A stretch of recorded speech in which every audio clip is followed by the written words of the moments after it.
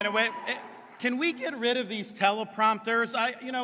We have a president. We don't even know who the president is who's ever loading the teleprompter. No, I don't think we need that in Florida. Let's get those done. You got to speak from the heart. It's not about reading off a teleprompter.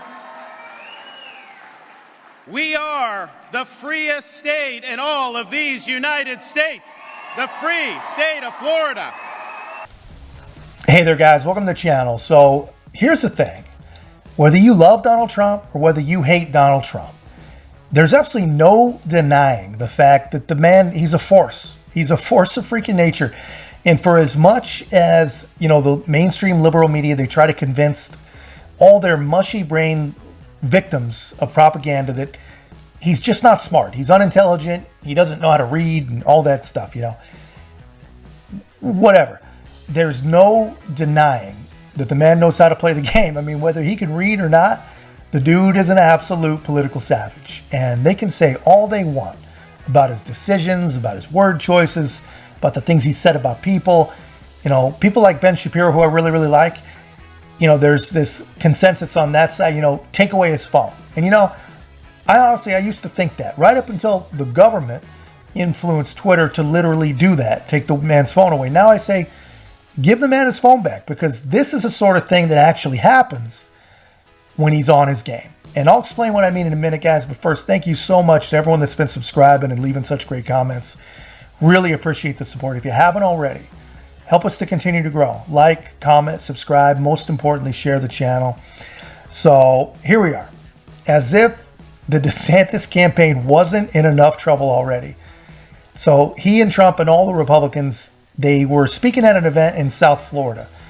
And I think Donald Trump probably finished off Ron DeSantis and any hopes that he might have had to become president when Donald Trump brought up on the stage all of the Florida legislature that have switched their endorsement from their own governor to Donald Trump. He did it all right in front of Ron DeSantis, right in front of the home crowd.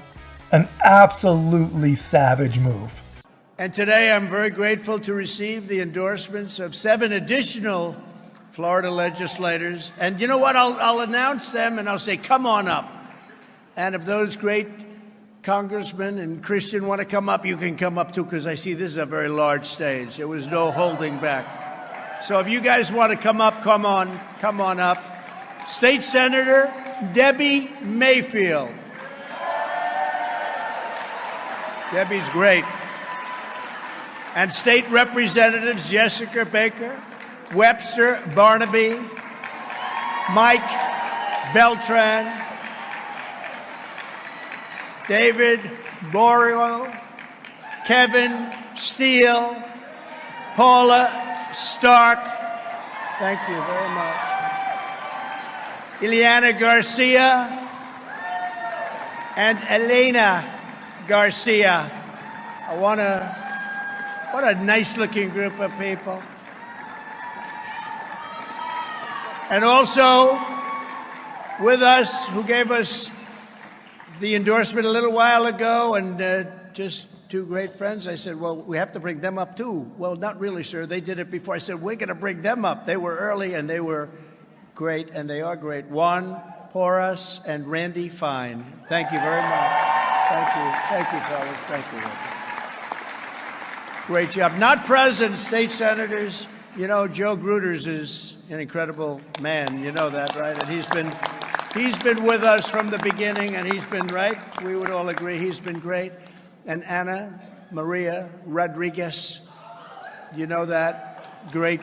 And she sends her love, and she's on some very important work. And another person who gave us a very big endorsement on Friday, and it got a lot of publicity, because he's an important guy, and he's a very good guy, and he's a U.S. Senator, and it's called Rick Scott, U.S. Senator Rick Scott. He's been a friend of mine for a long time, and he gave us a beautiful endorsement. So thank you all very much. Yeah. So there you have it, man. I mean, what do you even say about that? To those of us that aren't like really paying attention, that may seem like a small thing, just like might even look like a nice gesture.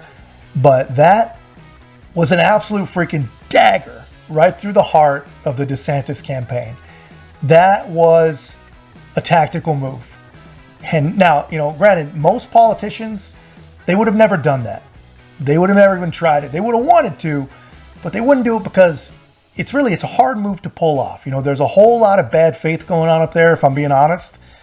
But Trump doesn't seem to care. He is absolutely sending a message, but he's not sending a message to Ron DeSantis. I think he's sending the message to DeSantis voters. He's basically saying, sorry about your boy, but I'm the guy. Let's go.